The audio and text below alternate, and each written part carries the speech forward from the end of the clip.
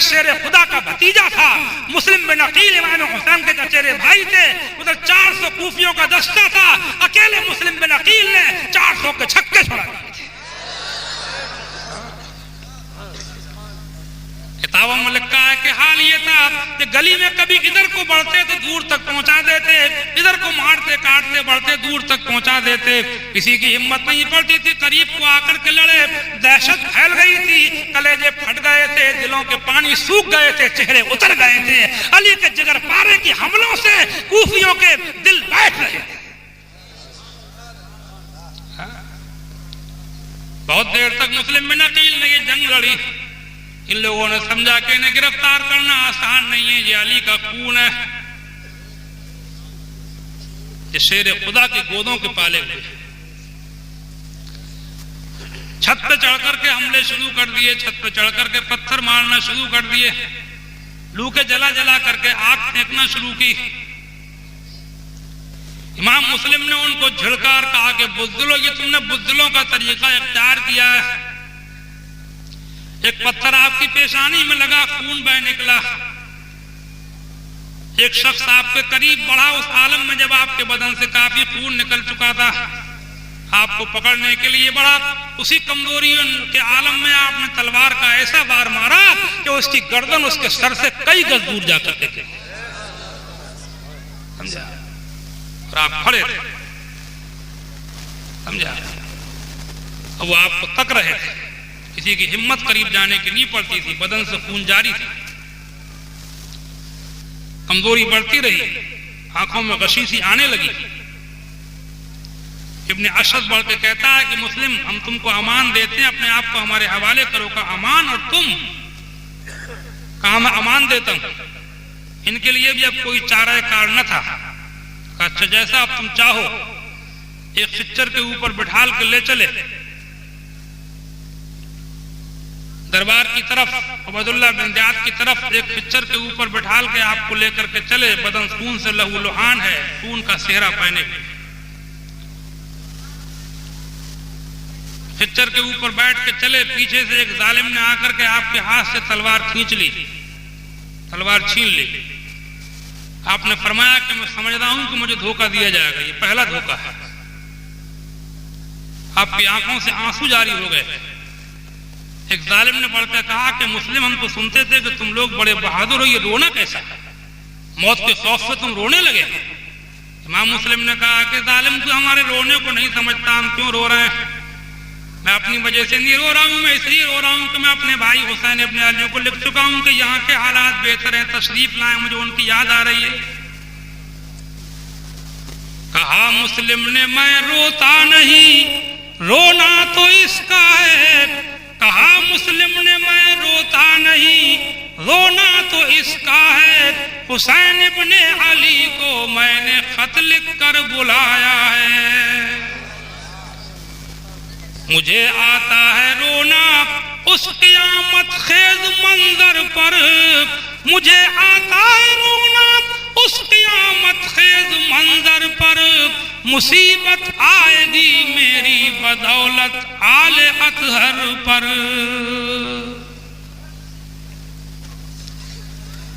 इमाम मुस्लिम को इसी हाल में उबैदुल्लाह बिन ज़ियाद के सामने पेश किया गया। तारीख में लिखा है, जब आप दरबार में इब्ने ज़ियाद के सामने तशरीफ लाए, इब्ने ज़ियाद बड़े तकब्बुर के साथ तख्त पर बैठा था। इमाम मुस्लिम ने जाकर के खड़े हुए तो इसको सलाम नहीं किया, समझा? सलाम नहीं किया। इस वक्त जरा सी ये बातचीत मैं आपको बता दूं, इमाम मुस्लिम की इब्ने ज़ियाद से जो गुफ्तगू हुई है, बड़ी प्यारी गुफ्तगू है, जो तारीख इब्ने जरीर तबरी वगैरह में लिखी हुई है, समझा? इब्ने असीर में, इब्ने जरीर में, तारीख की जो पुरानी किताब है लिखी हुई है, बड़ी शानदार गुफ्तगू। इस गुफ्तगू से इनके मौक़िफ़ का पता चलता है। बातचीत यहां से शुरू हुई, इन्होंने सलाम नहीं किया। दरबार में एक इब्ने ज़ियाद का आदमी बैठा था, एक चापलूस। उसने कहा कि मुस्लिम, तुम अमीर को सलाम क्यों नहीं करते? इमाम मुस्लिम कहते हैं कि अमीर का इरादा अगर मुझे कत्ल करने का है तो सलाम कैसा? अगर इनका इरादा हमसे सुलह करने का है, जिंदगी सलाम के लिए पड़ी हुई है। होते रहेंगे सलाम। इब्ने ज़ियाद ने जब ये सुना तो बौखला गया और कहने लगा कि मुस्लिम मैं तुम्हें जरूर कत्ल करूंगा और ऐसे कत्ल करूंगा कि जैसे किसी ने किसी को कत्ल ना किया हो। इमाम मुस्लिम फरमाते हैं कि इस्लाम में नई नई बिदअतें निकालना और जुल्म ज्यादती करना, लोगों का खून पीना, और तुम ये इस तरीके से ये कत्ल करना, ये तुम नहीं करोगे तो कौन करेगा? क्योंकि इस्लाम वाले तो ये भी बनते थे ना, इस्लाम में अगर किसी की कत्ल की सजा हो भी तो तड़पा कर तो कत्ल करना जायज नहीं है। हाँ, एक बार में कत्ल करना जायज है वो जिसकी कत्ल की सजा हो गई हो। तड़पाना, सताना, बेवजह की ईजा देना तो जायज नहीं है। फरमाया कि नए नए काम, ये बिदअतें तुम नहीं करोगे तो कौन करेगा? इब्ने ज़ियाद की जवाब सुन के बौखला गया और कहने लगा कि तू बड़ा इस्लाम वाला बनता है, भूल गया वो दिन के जब तू मदीने में शराब पिया करता था। गुस्से में बकता है। इमाम मुस्लिम फरमाते हैं कि कसम अल्लाह कि तू झूठ बोल रहा है और अल्लाह जानता है कि तू झूठ बोल रहा है। हमसे शराब से क्या मतलब? तू झूठ बोल रहा है, अल्लाह जानता है कि तू झूठ बोल रहा है। और फरमाते हैं कि तू खुद भी जानता है कि मैं झूठ बोल रहा हूं। झूठ एक ऐसी चीज होती है कि झूठे को खुद पता होता है कि मैं झूठा, समझा? फरमाते हैं अल्लाह जानता है कि तू झूठा है, तू खुद भी जानता है कि तू झूठा है। इब्ने ज़ियाद कहता है कि मुस्लिम यहाँ के लोग बड़े सब्र सुकून से सुलह से रहते थे, इत्तेफाक से रहते थे। तुम लोगों ने यहाँ आकर के फितना और फसाद फैलाया। इमाम मुस्लिम फरमाते हैं कि हम फितना और फसाद फैलाने के लिए नहीं आए।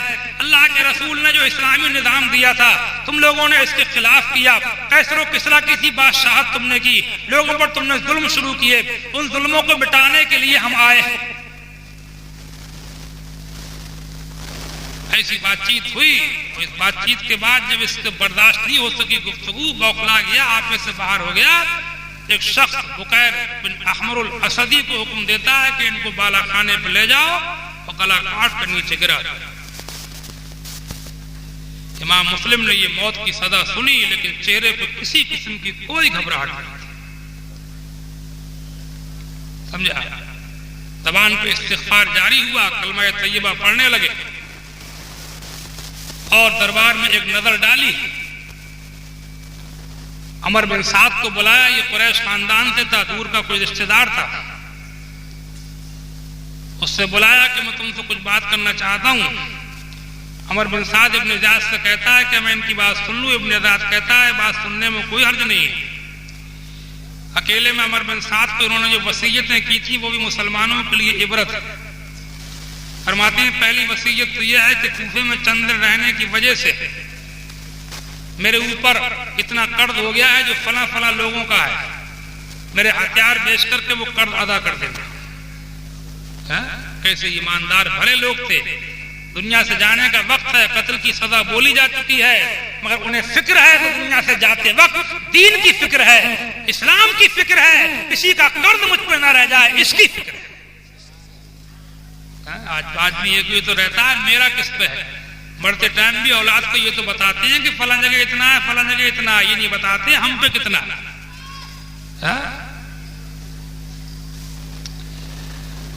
उसके बाद फरमाते हैं कि मेरे भाई हुसैन इब्ने अली को मेरे इस अंजाम की खबर कर देना, मेरी लाश को दफन कर देना, मेरे दो बच्चे मेरे साथ आए हैं जो कादी शरीक यहाँ पर ठहरे हुए, उनको उनकी माँ के पास पहुंचा देना। अमर इब्ने साद इब्ने ज़ियाद को ये वसीयतें बताता है। इब्ने ज़ियाद कहता है कि जहां तक कर्ज का मामला है तो मुझे इससे कोई मतलब नहीं, तुम जानो वो जाने। बच्चों का मामला है तो मैं उनको ऊपर से मुझको जो हुक्म मिलेगा मैं उसके मुताबिक अमल करूंगा। हुसैन इब्ने अली का मामला है, वो अगर नहीं आएंगे तो मुझे कोई मतलब नहीं, और आएंगे तो उनके साथ भी यही होगा। लाश के मामले में कहता है कि मुझे इससे कोई सरोकार नहीं। उसके बाद वो वक्त आया कि एक जालिम आपका हाथ पकड़ के आपको जीने के ऊपर चढ़ा था, वो ऊपर ले गया। इमाम मुस्लिम बड़ी शान से अली के ये भतीजे बड़े बड़े बड़े बगैर किसी घबराहट के बड़ी बेखौफी के साथ कलमा शरीफ दुरूद शरीफ इस्तिग़फ़ार पढ़ते हुए जा रहे थे कि किताब में लिखा है कि आपकी ज़बान पर ये अल्फाज थे कि अल्लाह हमारा इनका इंसाफ तेरे ऊपर है। और वह वक्त आया कि बाला खाने पर ले जाकर आपका सर कलम कर दिया गया और आपके जिस्म को ऊपर से नीचे डाल दिया गया, आप शहीद कर दिए गए। इमाम हुसैन के साथियों में ये पहला शहीद है जो आपके चचेरे भाई हैं।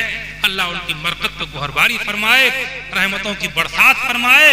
और बाकी रहमतों की बरसात है शहर कूफा की जामा मस्जिद के बगल में इमाम मुस्लिम का मज़ार मैंने खुद देखा है, ज़ियारत की है।